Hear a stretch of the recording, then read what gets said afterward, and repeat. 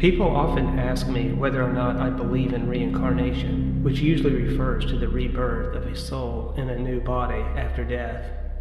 For the most part, the answer is yes, but it really depends on what is truly meant by reincarnation, or how one may personally define the soul and the body. I usually prefer to avoid using the term soul because so many define it so differently. So for the sake of clarity, I will refer to the perceiving mind and the physical body. I believe each of us is like a passenger within a vessel, mainly along for the ride, or if you prefer, a driver within a vehicle who has some control. We move from one vessel to another like a snake that sheds its old skin again and again, or a hermit crab that moves from one shell to the next as it grows. In terms of physical systems, there are living things and there are non-living things, or dead things. All living physical bodies age, change, and sooner or later die, decay, and wither away. But that perceiving entity that is you escapes that dying human form and continues onward. As your physical human vessel begins to die, it loses its needed order and balance to sustain itself. This imbalance and disorder finally reaches a critical point where the universe sort of gags on that dying version of you, and then reflexively regurgitates or spits out that inner version of you from that dying vessel to go elsewhere. Some believe it is all a mere physical world, and that's all there is. Physical parts randomly interacting, and that's all. To me, that view falls short. There are those who would say it is all ultimately within the mind, and that's all there is. I don't mind that view as long as that view includes an uncontrollable, lawful aspect. It's always difficult to fully define or explain what one means by the mind, or that which is physical. Personally, I view the physical material world as the resistant, lawful portion of reality. So when I say physical, or material, or body, just know I mean that resistant portion of the cosmos, whether that be in the mind or not. So even if one says it's all in the mind, then at least know that there are unchangeable rules that your mind has to abide by.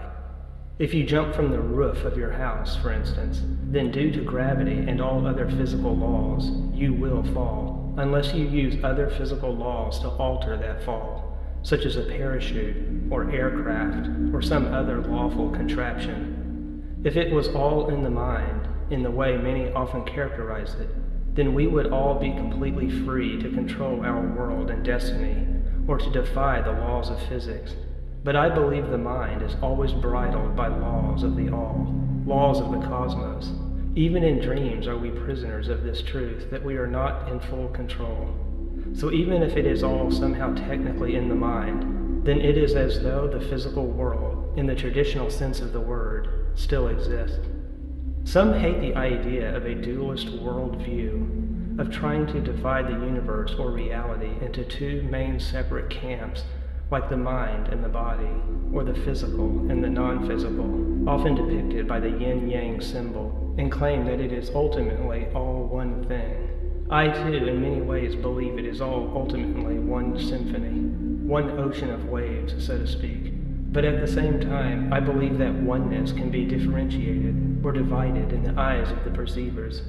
I am what is known as a dialectic or dualistic monist, one who sees both sides of the same coin. I'm always one who conceptually further divides the universe, that single coin, into higher resolution for further examination. So yes, I do view all of reality to ultimately be a unified whole.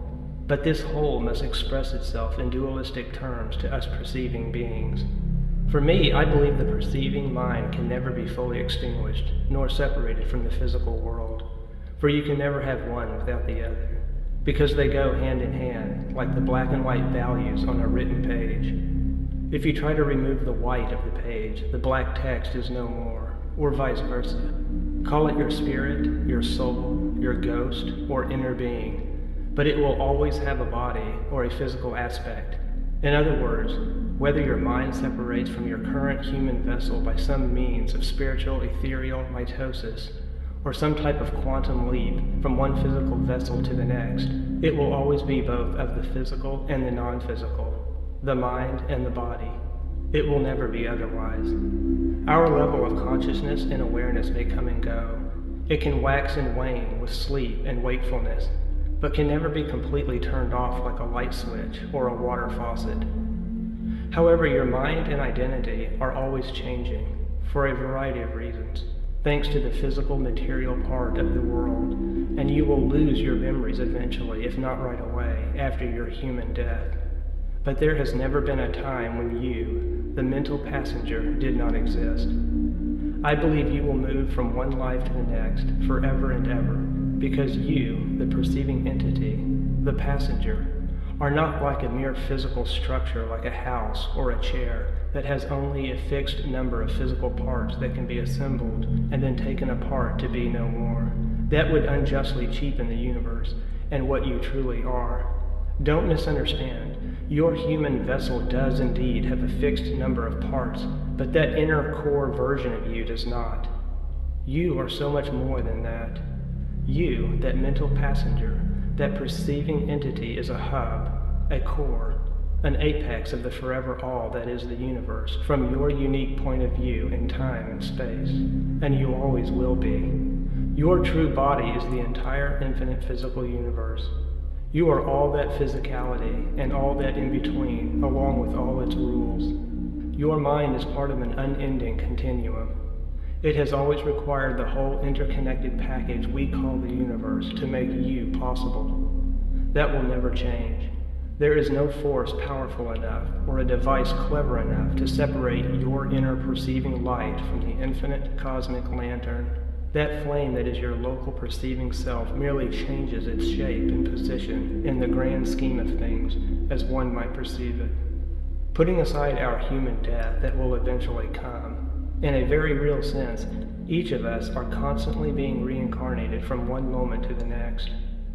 We are all being reincarnated right now as I speak. Isn't it amazing how the universe can allow our mind to have trains of thought, durations of existence, even though in a physical sense, as we often view it, we are collections of tiny particles that don't even physically touch one another. Observe the amazing physical processes that happen during the birth of any and all life, and even observe the amazing processes that occur during death. Consider all the amazing mechanisms at play.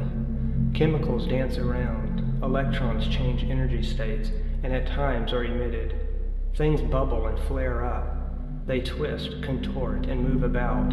Fluids flow, they squirt, spray, and flush themselves out as organic life tends to do, whether it's being born or dying. The universe is a remarkable machine with some remarkable mechanisms. Don't so easily dismiss its ability to use similar awesome mechanisms to keep your perceiving mind going like an eternal flame that can never be completely blown out. Your wick and your wax will never run out. They are unending. They are eternal. Some have suggested this view to be wishful thinking, that I and others are comforted by the thought and belief in reincarnation. They're partly correct.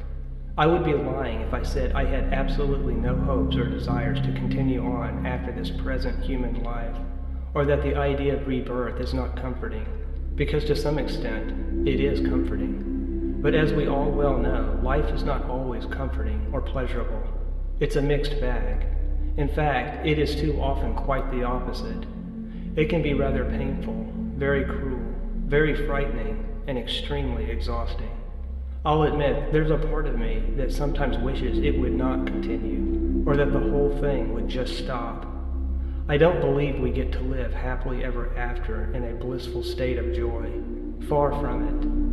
I will likely lose much of what I believe I know about the universe and have to relearn it all over again. In the next life, I will likely be very vulnerable, like a child walking into a new classroom for the first time. So never forget, life is not all that great, but fortunately, it's also not all that bad either. It's a mixed bag, always has been and always will be, so not mainly due to wishful thinking. However, I always try to remove my emotions from the equation, so it doesn't cloud my judgment. And I try to always base all my philosophical views on what I believe to be the truth and reality of the world, based on all that the universe has taught me so far, whether it's actually right or wrong, or whether I like it or not, and not on what I would like that reality or truth to be, or need it to be, or wish it to be. I know all too well that I would only be cheating myself to do otherwise, and I'm rarely ever able to fool myself into believing anything mainly out of comfort. I'm one of those who is always compelled to see behind the curtain, so to speak, to use any available evidence, logic, and/or valid reasoning before I believe in anything. Also, once anyone becomes familiar enough with my personal philosophical views, they will quickly learn that I believe in things that are very uncomforting, and at times quite frightening or depressing. But I continue to believe in them regardless, due to logic and lines of reasoning that are subject to error and could change the very next day. Even in the absence of logic and going on instinct, I just never could believe that once my human body dies, that my perceiving mind permanently and fully dies along with it, never to re-emerge. Not ever. Think about that for a moment, what that would be like. Try to imagine simply not existing ever again. 100 years roll by here on Earth, where you once lived as a human, then thousands, then billions, long after planet Earth, then trillions, and still no you. Not ever again. Not ever. It is now more difficult for me to believe we don't continue than to believe we do. Based on all the evidence I have gathered over the course of my life thus far, I'm afraid you and I are here to stay, eternally trapped here within this infinite cosmic soup like prisoners, who will at times be treated well for good behavior, and at times treated very badly and unjustly, back and forth, forever and ever, for better or worse. So we will have times of suffering, as well as times of pleasure, times of sadness, as well as times of great joy, moments of wakefulness, as well as moments of sleepful rest. It will be perceived by each being to be both good and bad, both beautiful and ugly. Our minds will forever undulate between consciousness and unconsciousness to experience all the beautiful, pleasurable highs and all the ugly, painful lows, and all the moments in between, over and over, in an endless cosmic cycle.